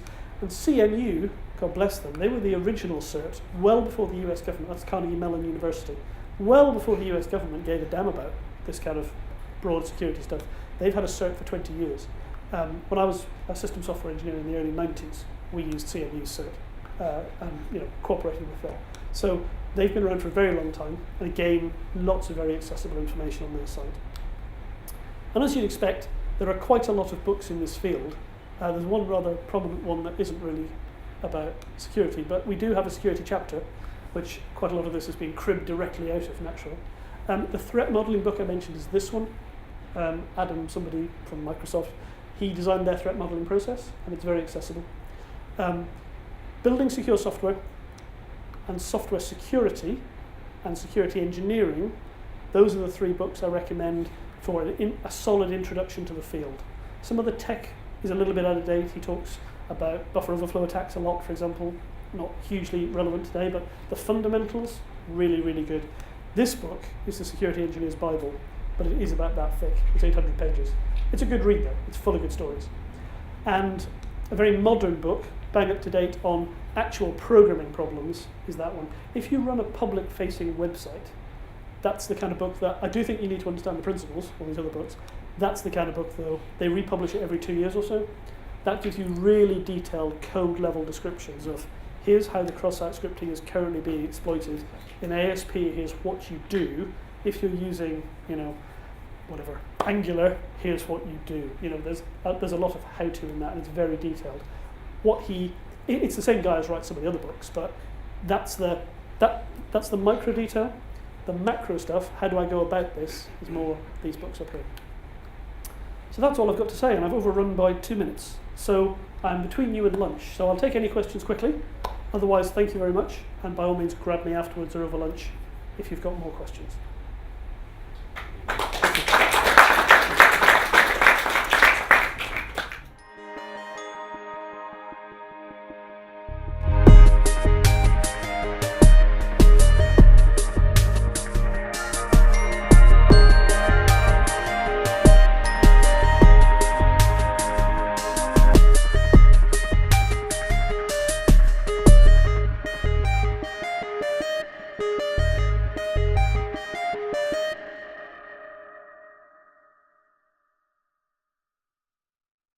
Resistant code running on PC. So we had a lot of security, and I led the applied research work there for a while, but all that did was convince me that I was not a trained security engineer, because I was working with people who really were. So I know quite a bit about this area, and I think the reason I can give this talk and the security guys can't is because I do your job. I design systems, but I've got that knowledge, hopefully, of security to bring the two together. So that's the kind of talk it is. You still need a security engineer. Don't take any of this as gospel, really. To some extent, it's all my interpretation. So what is security, then? Key thing is, we need systems that are dependable, because everyone depends on systems today. When I walked into the room, when there were about half a dozen people here, I looked over everyone's shoulder, and everyone was using their smartphone or their laptop. So almost certainly, every one of those people was connected to a network service doing something, so they needed dependability. And the problem is that the world is full of malicious people, lots of people who make mistakes, and lots of people who are just a bit unlucky. How many of you have had a production incident at your firm where afterwards, in the post-mortem, you went, we were just a bit unlucky? The rest of you are lying. Everyone's had one of those, because actually people are a bit unlucky, and sometimes factors come together in a way that, frankly, no one would have predicted. There was an outage at a large Swiss bank some time ago where it took a clearing system out for a number of hours. It really was unlucky, the combination of circumstances. But that doesn't mean that we can't do things from the security perspective to mitigate against that. One of the obvious things we do to avoid bad luck in production? Separation of duties. so that developers aren't unlucky when they log on to production systems, for example. And why do we need security? Well, in a perfect world, we don't. People don't make mistakes, people aren't malicious, nobody does anything nasty to each other. I have a daughter at primary school, and she's just going through that stage of finding out some people are really mean. And that's quite a difficult transition for a small child, as those of you with small children will know.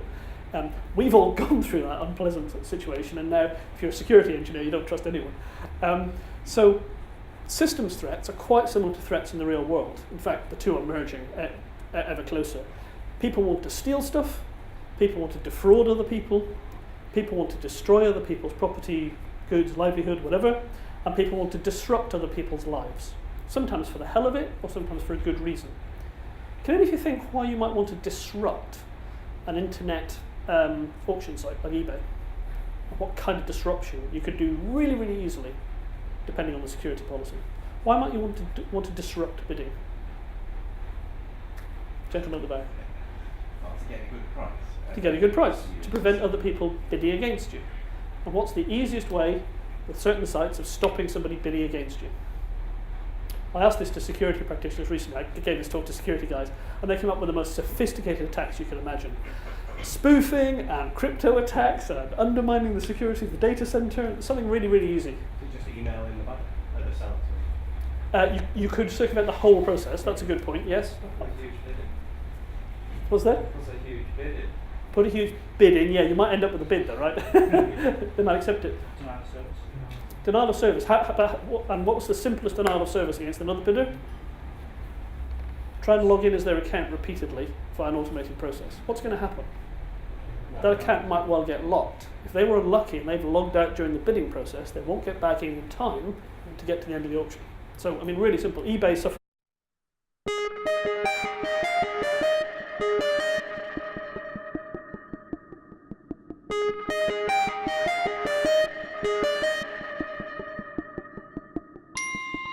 This morning, we're going to talk about security and systems, which I'm quite relieved to see some people turned up. If you say security and systems to many people, you'll get a lot of blank looks. But we're going to try and hopefully make it very interesting this morning. It's actually an area which I think is fascinating. You don't need to get very far into security to realise it's subtle, complicated, interesting, and highly technical. This morning we're going to be talking about security more from the perspective of why you need to do it and what you need to do to be effective at security, rather than going into lots of details about crypto analysis and public-private key and attacks on systems and cross-site scripting attacks and SSL and those kind of things. We'll touch on those, but I suspect you probably know quite a lot about those already, and that's why you're here. Or if you don't, I'm pretty certain you can find the answers with Google as easily as I can. But there's a lot of stuff about security from the security community which isn't so widely understood, and that's what we're going to talk about. And in particular, by the end, you're going to know who Alice and Bob are. Who knows who Alice and Bob are? A few of you, yeah. Everyone will know who Alice and Bob are. That's a very important detail by the time you get to the end. So, introduction. Security is a difficult thing to get right, but it's getting quite important. Years ago, systems weren't connected. Does anyone know in the US classified community how to make one of the things that they feel is important to make a system entirely secure? Disconnect it from the network. Seriously, that used to be a criteria for the highest degree of security in the US classified community. You had to disconnect it from the network. And now everything's connected to the network, so security gets a lot harder. And when I've worked with teams to talk about security, in very many cases, people start talking to me about technologies. So I ask them, what sort of security do you need and how are you achieving it? And they start talking to me about SSL and cross-site scripting attacks. Or they tell me they've got FX cop and they've looked under the security tab to find out what warnings they've got. Or in large corporations, they sigh and they go, look, we've run the Fortify scan, what more do you want from us? We've been bled dry already. We're bored with this. And actually, none of those things are really security. They're all just technologies. Because this is the wrong way round. If you talk to a security engineer, and how many of you would consider yourselves from a security background? How many of you have worked in a security group or for a secure systems firm? One or two. And so you'll hopefully back me up to say the security community views that as entirely the wrong way round. Actually, you need to start with what your security requirements are, which of course sounds familiar in software development, thinking about requirements first, and in particular, what threats you think your systems might face in security terms before you even need to start thinking about the fact that there are security technologies. They're what the security folks call mitigations. They're not primary part of security. And in this talk, we're going to talk about security as a risk-based discipline. And that's very, very key to the security community. It's all about what risks you face rather than about what technologies you've applied. Although they are interested in the technologies too. The caveat is, I'm not a security engineer, although I sometimes bluff my way through large organizations as someone who can masquerade as one. I have worked in a secure systems environment. I worked for a company that did digital rights management. We had all kinds of security, from very physical sorts of security, as in who could enter certain rooms and retina scanners, through to the other end, lots of very tampering scripting. That's a technical vulnerability. A threat, there's a number of definitions of threat. The one I like is when a vulnerability meets an attacker who's got some motivation. Now, strictly, an attacker could actually just be like an act of God, but I don't think God really attacks systems. So I normally think of there being an attacker, but for something like an earthquake can disrupt the availability of your system. The attacker, I guess, is the earthquake in that case. But in most cases, you need a vulnerability, but you need somebody to exploit the vulnerability, somebody who can, and secondly, somebody who's going to bother. If in fact there's nothing valuable to attack, you needn't worry so much about that one. The attack is when that attacker puts the plan into action. They've got a plan, they've got a vulnerability, off they go. And the risk is the threat you've got, the impact of the threat, the likelihood it's going to have, and how bad it's going to be should that threat actually materialize. I know WASP like to visualize it as threat agents, that is, bad people, find ways into systems, they call them attack vectors. They find weaknesses in the systems, those weaknesses allow them to attack the controls, and then have an impact on the assets. And that then, if you have stolen, for example, all the customer details, credit cards being the obvious example in retail, then there's a business impact from all of the credit card numbers being stolen. So that's the way that most security experts think about the process of security. That's worth knowing, because when you're talking to them, they again are assuming you've internalized this as much as they have. And the requirements for security at the abstract level are pretty well always the same. You need confidentiality of certain information, also known as privacy. That's the stuff where we encrypt things. Integrity, making sure stuff hasn't been tampered with. Making sure stuff can't be destroyed, particularly silently. Keeping things available, so preventing that disruption. And that's not just availability of the whole system, it's availability really of services. And then accountability, which a lot of security people slightly confusingly call non-repudiation, which is a sort of technical security term, which is really who did what when, and can we rely on that? Can we rely on the fact this message was sent by that person? They cannot deny that they sent it because, for example, it's got their identity attached to it in some secure way. And for the security experts, yes, I know, then a can of worms as to were they in control of their security identity, but let's leave that on one side. So those are the requirements that pretty well every system has in different ways, and those are the things that we'll need to achieve as system designers if we're going to be successful at securing our systems. So, having said I'm not going to talk about technology, I then break all my rules, and in this section talk a bit about technology. How many people here, for example, feel they've got a strong understanding of symmetric versus public key cryptography?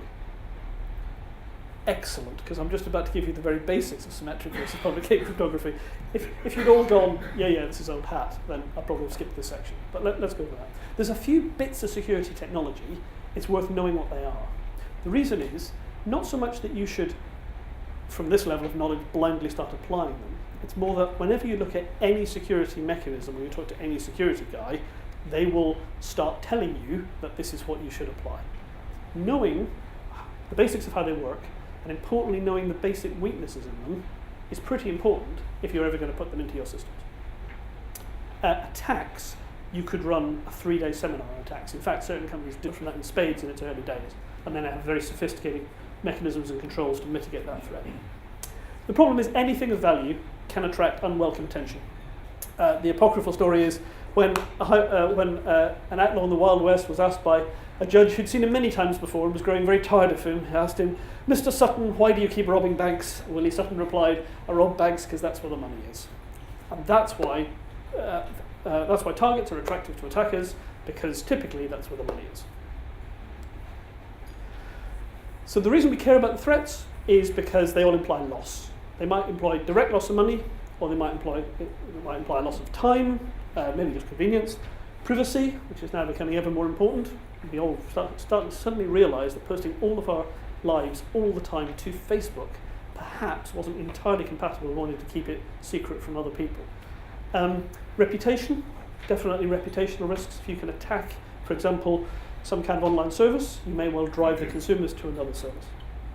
And also advantage. If you can take somebody else out of their business for a period, you may gain an advantage from that. There's all kinds of good reasons for doing that, and clearly there are all kinds of actors who might be involved in this kind of behaviour, including, in this day and age, those working at government level. On video, I'm not going to repeat the allegations, but just Google national government's information security. So what is security? Security is about managing these risks. Not all the risks are of the same magnitude, severity, but security is fundamentally a type of insurance. And this is how I always try and sell it to senior managers when they say, this all looks a bit complicated and expensive, couldn't we just do less of it? And we say, do you have your house insured? And they always go, of course I've got my house insured. And the smart ones go, yeah, I get the point, I'll pay the money. And then the rest don't get the point at all. So you have to kind of spell it out to them. But clearly, you pay money for your house insurance because bad things may happen. You spend time and money on information security because bad things may happen. The important thing is, you need to balance your cost and effort against the actual risk you're facing. And that's where security professionals always point out, often software developers get it wrong. We spend a lot of time and effort on stuff, either because it's interesting, was it Neil Ford, who was it, Alan Hollowell, both of them in the keynote said, we tend to look at stuff that's interesting. Or also, we do stuff that's sort of straightforward. We can secure things with SSL links. Or rather, with SSL, it's kind of easy to secure the server end, isn't it? How about the client end? So the server doesn't get attacked by rogue clients. That's a lot harder. We tend not to do it. So, and we tend not to do it not because we've done a risk assessment of the clients. We tend to do it because it's a bit hard. So we need to balance all this against the real risk. And security guys love jargon. I know, in the technology industry, who would have thought it?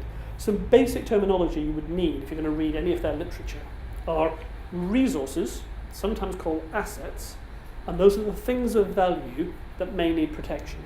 So things such as transactions or just data or facilities such as DNS servers or servers and so on. Actors, those are the people, good and bad, who interact with the system. And good actors you don't need to worry about that much, except sometimes they do stupid things like write their passwords down. Obviously malicious actors are much more of a problem. Policies is the spec. A security policy defines how the system should behave. So a security policy, for example, might state that an unauthenticated user can browse a catalogue but not initiate a transaction. That would be a security policy. And a threat is something bad that can happen. And what it really is, it's a reason that security policy might be broken, might be violated. So we are protecting resources against malicious actors, specifying the correct behavior using policies, and looking for threats to those policies. That's the jargon. And the cast of characters, I did promise I'd explain them. There are always 4 characters in any security scenario if an information security guy has written it down. Alice and Bob are good actors. They're just trying to get on with their business, and they're trying to normally exchange information or interact with each other in some way. Eve is bad, but not that bad. Eve is an eavesdropper. If she can obtain information largely passively, she will. And then who knows what she'll do with that information. Mallory's the really bad guy. Boo, hiss, he's got the horns on his head. Mallory is an active attacker for the system. He's a malicious actor, and he will go out of his way to attack the system. And we'll have a brief example of a Mallory later. But when you see these names, the reason I mention them, when you read the InfoSec literature, the guy writing the literature assumes that you know that if the actor's called Mallory, he will behave in a different way to Bob. And until you kind of understand that, sometimes some of the literature, there's a lot of implicit information you would completely miss. The other thing about security is it's not just about technology. I've made that point, but actually it's got 3 bits. It's about people and how they behave. It's about processes that people follow. I know, as Alan said, processes are bad and evil. Actually, our lives are full of processes, some formal and some informal and organic. People do stuff, and that's what we mean by process, how people behave. And there's technology, which is the stuff that we know and love and know quite a lot about, what to apply, how to put it together. But as Schneier likes to say, who's heard of Bruce Schneier? Everybody I'll guess. He must be the highest profile guy in information security. Google him. He's a man never found without an opinion. His great saying, which is very, very true, is security is not a product, it's a process. It's not coincidental he was selling security services at that time, and so therefore on an ongoing basis wished you to buy his services. But he is actually perfectly correct. You don't do it once and then you're secure. It's an ongoing process. And you're only as strong as your weakest link. So there's very little point in having 248-bit public-private key crypto if actually you've got people behaving in a totally insecure way.